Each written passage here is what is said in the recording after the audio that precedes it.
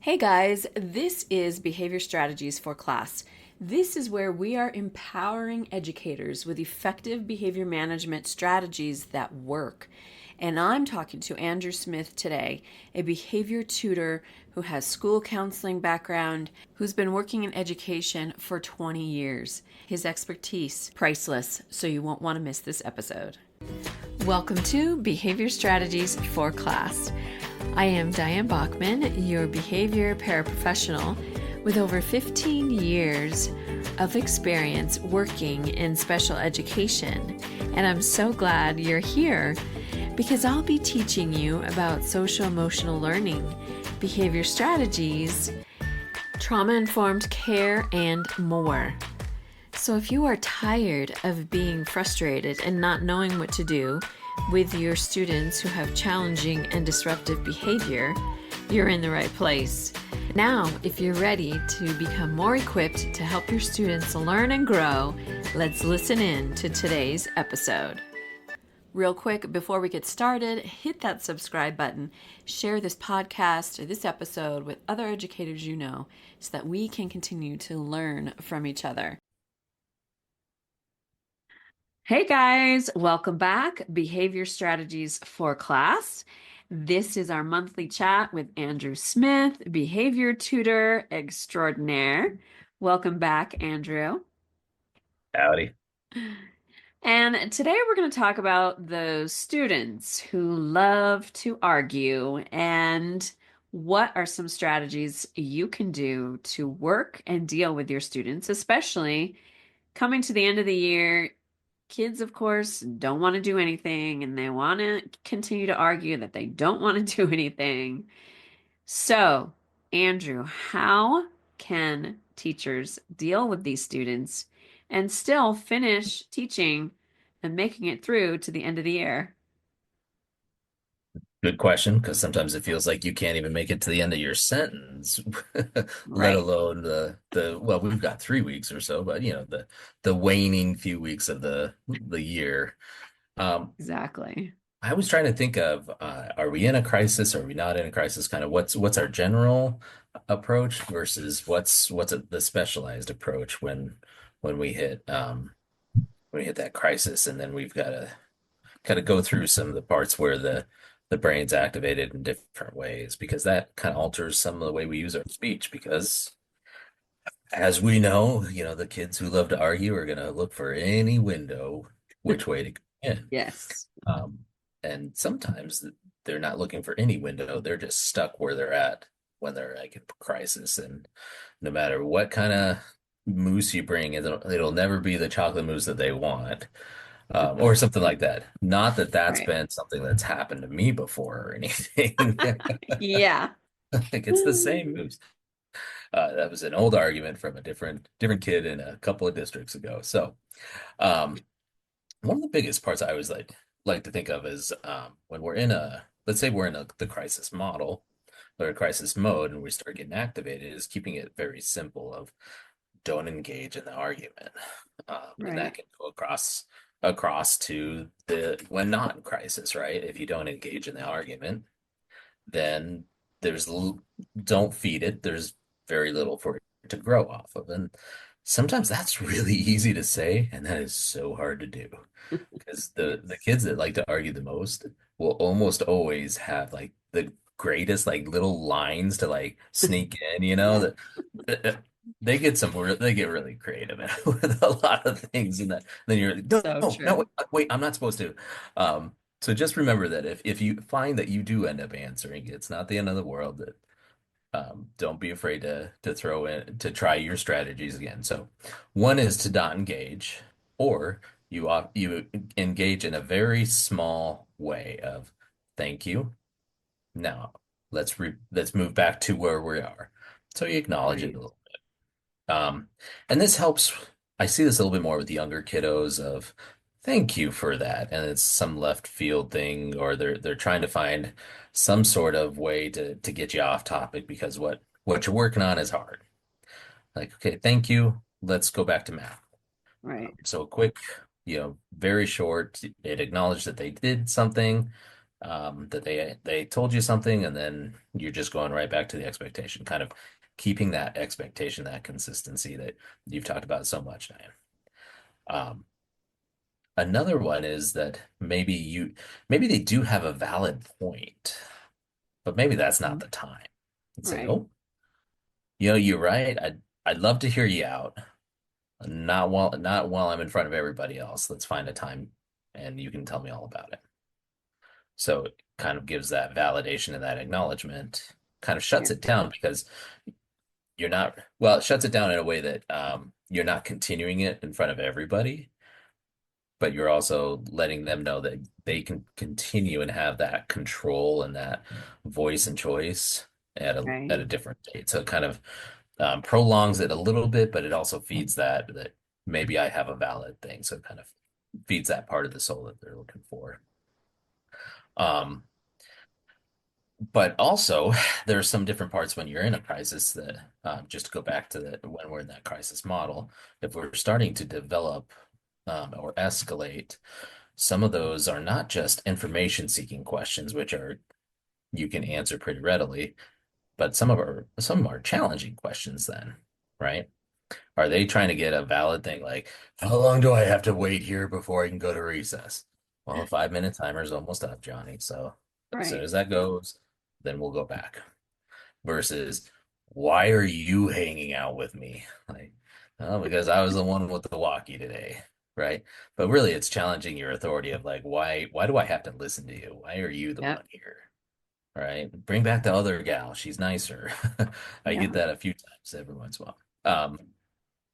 So that's where you can start seeing those challenging questions. Um, that's where you that's it's kind of a stepping stone to showing that frustration is building because it's Mhm. not there's not a valid reason or valid answer necessarily to give them.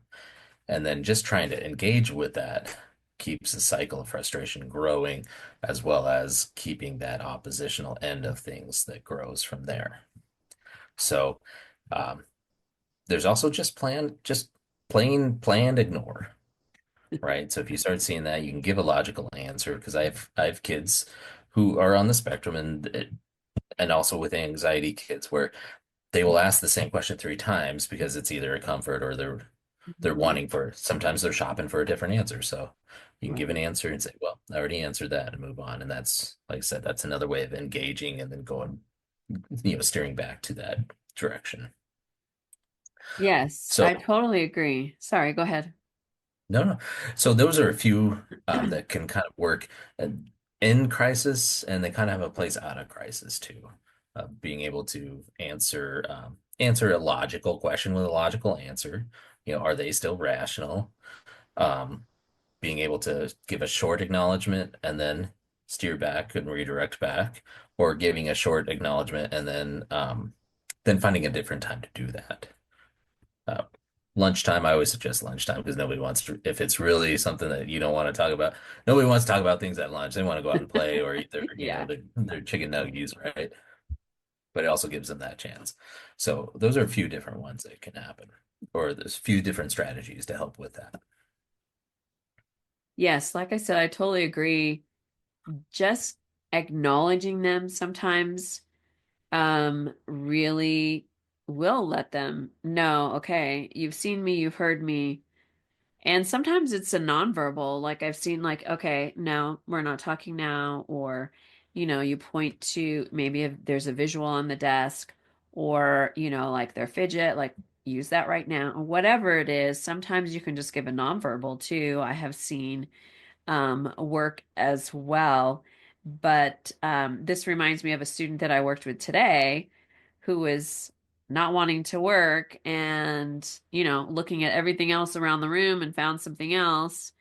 And I was trying to ignore what he was talking about, but he just would not stop until I acknowledged what he said, but then still held to the expectation. So he found something over. Well, do you see it? Do you see it? And not until yes, I see it, but we're not doing that now. This is what needs to happen.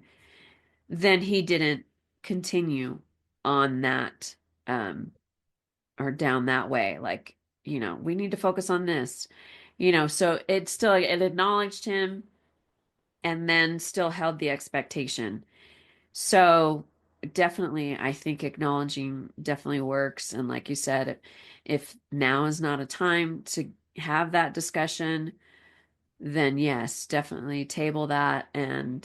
Or if you're ready to have that, like that's a great time. Maybe other kids had that question and just didn't want to ask. So that can also open up that dialogue in between your students too. Um, one of Yeah, I the other also think that, things, sorry, go ahead. but I was gonna say, I also think that like kind of what's the subject that they want to argue about? Because Right. sometimes that can lead to some Yeah. really amazing learning from there. And I'm not a teacher by trade, but working in the schools, like I've seen some teachers really run with those things and run with those debates and arguments and then turn it into debates Yeah. where it started from a classroom like could have gone south real quick of the he said she said or she said she said and someone selling seashells by the seashores because I can't talk right now but I've seen some teachers really lean into it. um one example was a sixth grade that I worked with, and they ended up implementing Socratic debates, which is an old form of just researching and becoming the expert on a subject, and then defending yourself. And it's Oh, named yeah. after Socrates, the philosopher. And then, but you become the expert so much, or as much as you can, and then you go and you debate with the class, not even just another person, but the class. And so Uh-huh. they did that, and it stemmed from having a really argumentative class, but it was able to feed and fuel that side of them that felt like they weren't being heard, or their answer was the right answer. And so they were able to use that in a healthy way to really to really bolster that and teach them some sort of like appropriate format for that. Yeah, that's great. I remember doing that in school, even, way back when, having those debates and picking sides about whatever topic, you know, because that definitely brings a lot of great discussion, but you're still mediating because, that can turn a little ugly when they're not understanding. They don't believe, okay, that's okay. That's just like another of our students today. Like he was angry but he started hitting and kicking and we're like, "No, buddy. You can be angry all day long, but you can't hurt people." And so we have to remember that too with our words. Yeah, you can argue or you can debate this, but you're not going to be rude and disrespectful, because then we can't have a conversation. And so, again, those are just some expectations, I think, some boundaries that we have to remember as well. Because if we don't have those, then your class goes crazy. And now they're having their own debate and arguments, and now you've lost, control and it becomes more Yeah, chaos. we're more And Lord of the Flies than Socrates at that point. yeah, exactly.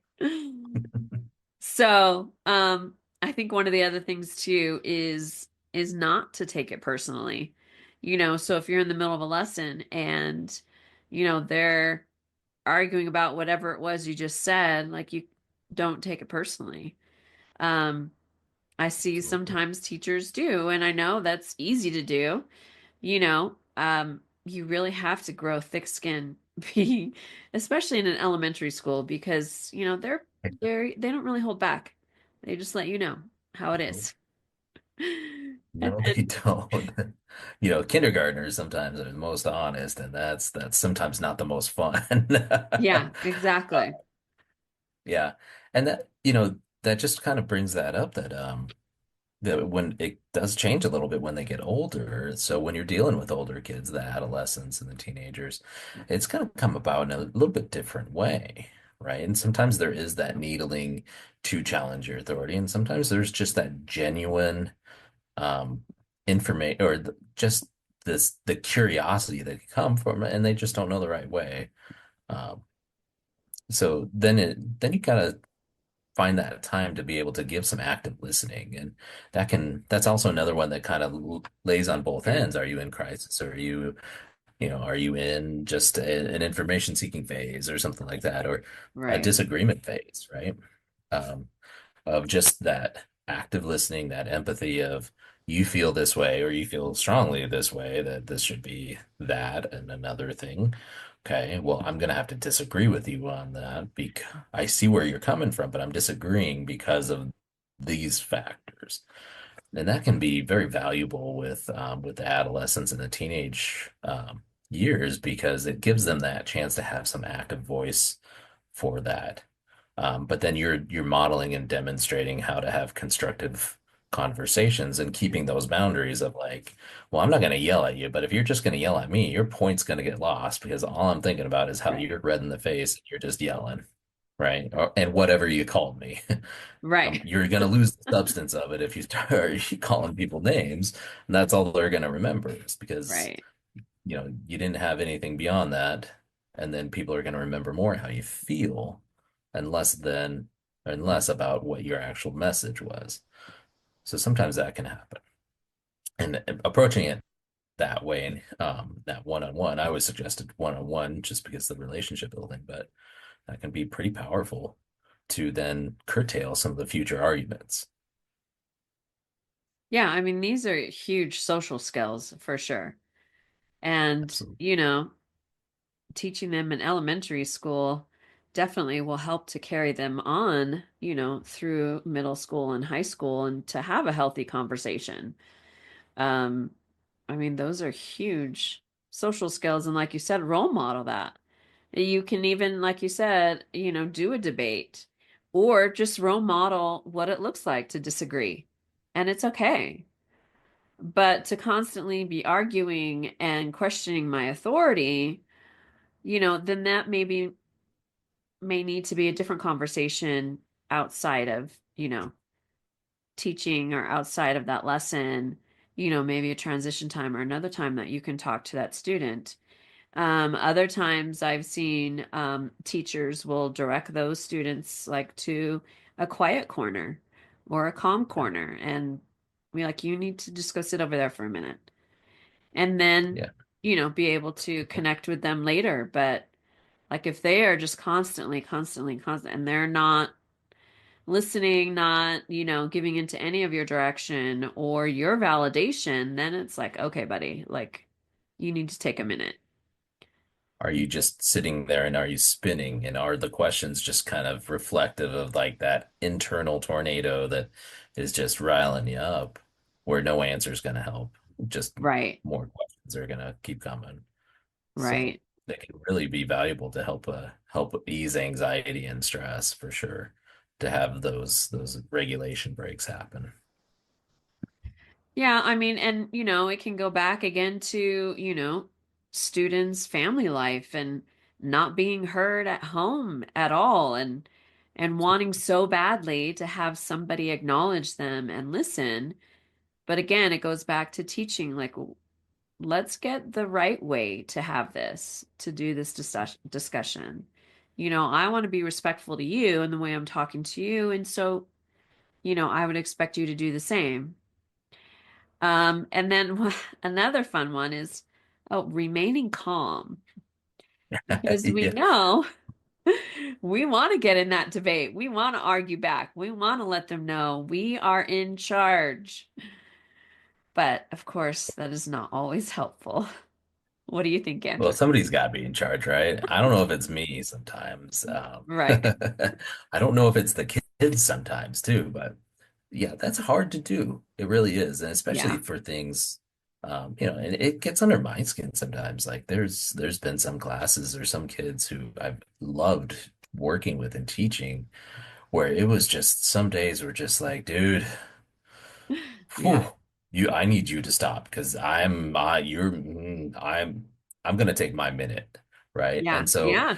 having your own, yeah, being able to take your own regulation break is helpful in a lot of ways. And sometimes that means that you only have time to just pause before your answer or Right. your non-answer, right? Of Yeah. let's move on, right? Yeah. Because sometimes we don't have the ability to go take our own regular, like, um, self-care moment or anything like that. Sometimes we're up in the middle of doing something or right in the middle of like the playground Hmm. or things like that. So, but just giving yourself enough time to pause can be helpful to filter through whatever might come out or whatever might be going on Yeah. on your end of it. Um, because it's not personal, but sometimes it sure as heck feels Yes. really personal. Yeah. What's another strategy that works with students who continue to argue all the time? Being a counselor based person, I think of journaling a lot too. Oh, Um, what are your questions? Can you write them down? You seem to have a lot right now. How yeah. about you write them down and um, as we go along, and then when we get a chance, we'll go over them one on one. And so Hmm. for me, it gets a couple different, hits different, couple different points. For obviously, it practices their writing, which for some kids might be a very big target. Um, it also has them kind of lets them be in charge of their own and their own amount of questions. Hmm. Um, I usually say there's no limit. What the limit is really how many you want to write down or things like that. Right. Um, but also gets them in the habit of just being able to pour into something. If it really kind of depends on where the function of that behavior is. Right. Are the questions just an ability to get their internal mechanisms out in like a healthy way, which is good. Journaling can help with that. And then we can kind Mhm. of start shaping that over into some different counseling interventions. But another is that it sometimes your ADHD kiddos they're just going to ask as those questions come. And being on the ADHD train myself, like I don't know if I'm going to remember this question Yeah. by the time I'm done with the sentence sometimes. So Uh-huh. I want to ask now because I know it's on my mind. And so some of our kids have that kind of wherewithal of I might lose this like tomorrow or Right. by recess time. So I'm going to ask it now. That way, hopefully, we can both try and remember it when it's a time to answer it. So journaling it, or just even just having a sheet of paper with to write the questions down or something along those lines can help. Um, I've seen, the recommendations about doing persuasive essays too, or things like that. That if a Mm. kid feels Yeah. very strongly and they're very challenging for it, then kind of like what I talked about with that sixth grade that did that Socratic seminar, they being able to challenge them to, okay, write down your reasons for it. Hmm. And then what we'll do is we'll take a look, we'll refine them, and we'll pass them along to our principal. I always throw my principals under the bus, but really, I mean, they don't care. They're happy to read things like that because the more student time, most of the principals I know, the more student time they get, the happier they are, even when it's something like that about a Right. complaint. Yeah. It also gives you a chance to have like that collaborative part of, okay, let's team up with your argument. And I don't necessarily support the argument, but I'll support you with the argument. And so Mm. it kind of has that little shift for things. Right. That's obviously for some of our kids who are a little bit more on that writing train. So maybe your third through third grade or older kind of deal, or even your middle school and high schoolers of being able to just formulate an argument can Right. be very helpful. So just having some of those different ways can be helpful to give that outlet. But like I said, it kind of depends on the subject. Are they Uh-huh. doing information arguments? Are they doing challenging arguments? If it turns into more oppositional and challenging, then you have different strategies for that of giving two choice options, acknowledge and redirect, things like that we kind of talked about already. But for those information seeking ones, sometimes that having that written down part can make it more real that they've asked that, they've let that out, or that gives you an opportunity to work with how to work with that going forward too. Yeah. Those are great because, like you said, sometimes those information seeking, like they do have a lot of questions, and being able to give them that time write them down, and then we can go over them, I think is super valuable and just validates again, their thoughts, their thinking.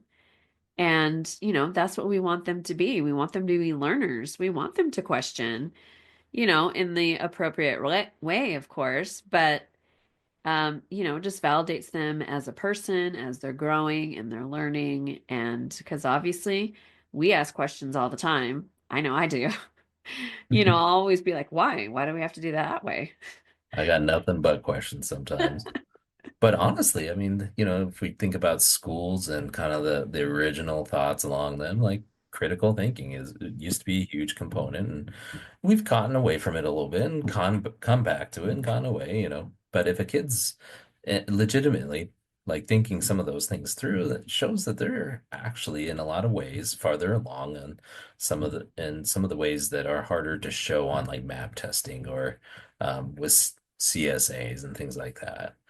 So it's just another way to start fueling some of that extended learning that can be hard to like think to program for and to get some lessons for. So let's do one more scenario where they really are not listening. They're not stopping, arguing.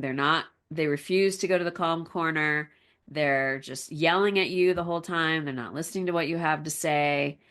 And this is occurring, let's say, every day.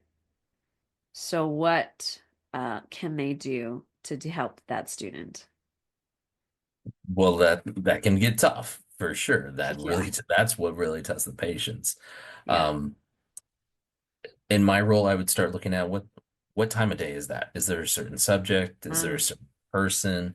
right. Um, to me, that argumentative is just the symptom, not necessarily where the problem's lying.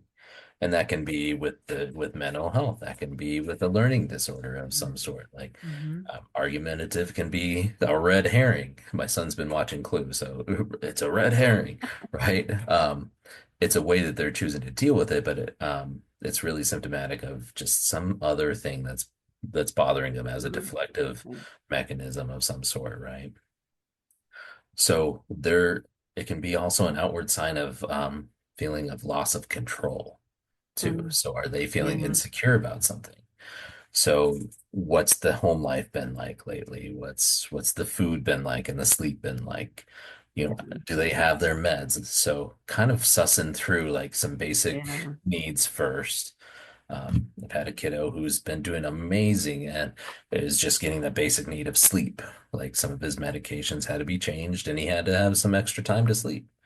Yeah. It's just the reality of it is, and once he does, he's amazing, and his smile lights up the whole world, and he's one of the greatest helpers.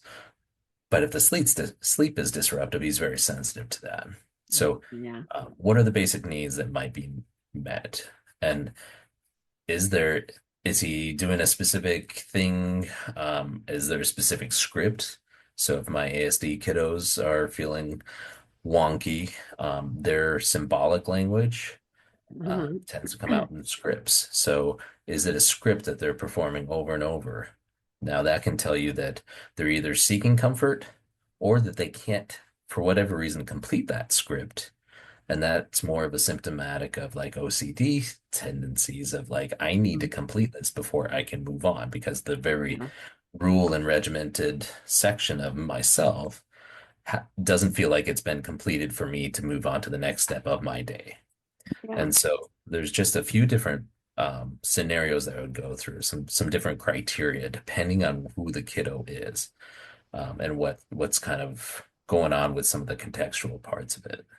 So basic needs, knowing some of the either antecedents or activating events, depending on the language that you guys use Right. in your districts or with your kiddos. Uh-huh. What's the function of the behavior?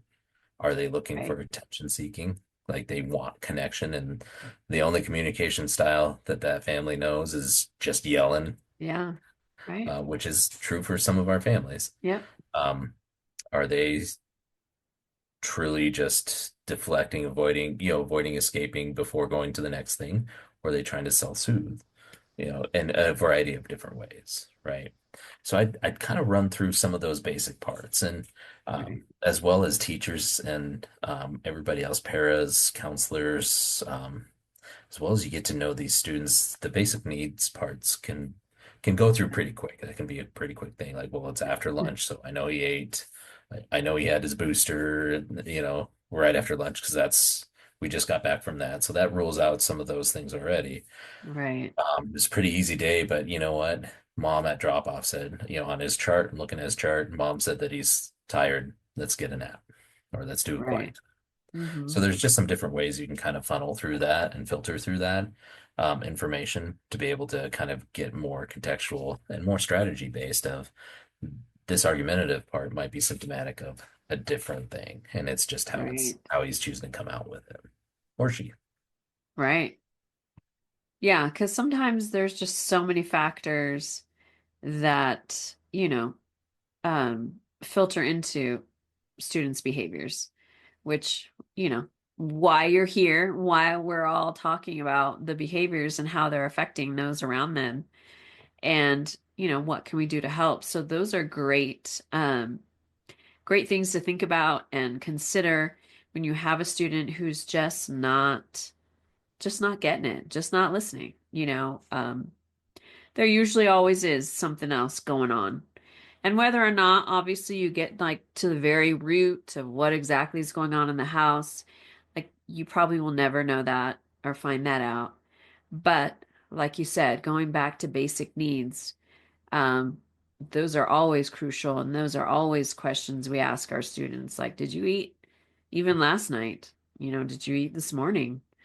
You know, um, Sometimes we can't change those, but we can sometimes plan around those. right, exactly.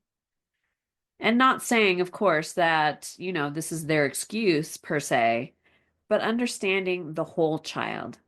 That is really what we want, you know, for people to understand. Like it's the whole child that we're teaching. It's the whole child that we need to be empathetic at times and realize where are they coming from. Yep, absolutely. Need the whole child there if any learning is going to happen. Yeah. So what are some of the resources that you used? I will go ahead and put those in the show notes. Can you remember some of those websites, Andrew? Yeah, absolutely. So one of them's just kind of the verbal de-escalation training. CPI, the Crisis Prevention Institute, does quite a bit, and they're nationwide. I mean, I've used them in Yeah. Colorado and here in Nebraska. They're in Iowa. There's a different one that was in Washington, but a very similar thing of how escalation, how challenging behavior starts, or argumentation and information seeking or versus challenging seeking questions. Right. The classroom debates, there's a very cool one. I think I saw one from Harvard. And then there's one that I liked from Northern Illinois University that just is how to set it up. It gives you kind of a mock session and kind of a framework. The Socratic seminars, there's the write, Hmm.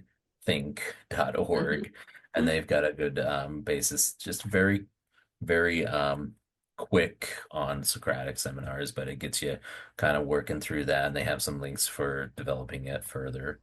And then there's social skills about in case you wanted to teach how to disagree appropriately and that active listening cycle and that collaboration that can happen with that. And there's a website from one of the school districts in Des Moines that has social skill lesson plan of that, which is pretty Huh. cool to see out. All Yeah. free through the Googly, and it has the resources that are able to be accessed from there. So. Awesome. Yeah, and I know one of the other websites was that Smart Classroom. Oh yeah, yeah, yeah. And that just has smart classroom management, how to handle an argumentative student. Just talks about kind of what some of their goals might be, how to enforce, consider, listen, and then going from there. So a few good strategies with that. Great. So those are some additional resources besides some of the strategies that we talked about to help you make it through the end of the year. with your students who are probably gonna put up more of a fight than normal, um, to finish out the school year and finish their work. Do you have any other parting words for us, Andrew? Oh, one one that I know works well with you guys because you guys have used it before is I always call it having a guest star. So sometimes it feels like you're locked into that debate with that kid. So having a Mrs. J or Mrs. B come along and be that guest star, that new presence, Yeah. sometimes it's enough just to be that distracting factor to be able to go take that regulation break or to interrupt that cycle. So if you're able to have somebody come in and be a guest star, uh, it's usually a good thing in my book. Yeah. I mean, that works like a charm for sure. And that's where you have to remember not to take it personally because it's like, how can you not want to like hang out with me? But if they see like I'm getting heated and I'm getting into it, then yeah, my PIC, Miss J, is going to be like, Miss Bachman, let me talk to him now. How about you go over here? And, all you have to Tag say me is in. coffee, and I'll go get some coffee, and then I'm good. So it's fine. It's fine. Absolutely. Well, thanks so much, Andrew. Appreciate always your insight, your expertise, and all your knowledge and experience.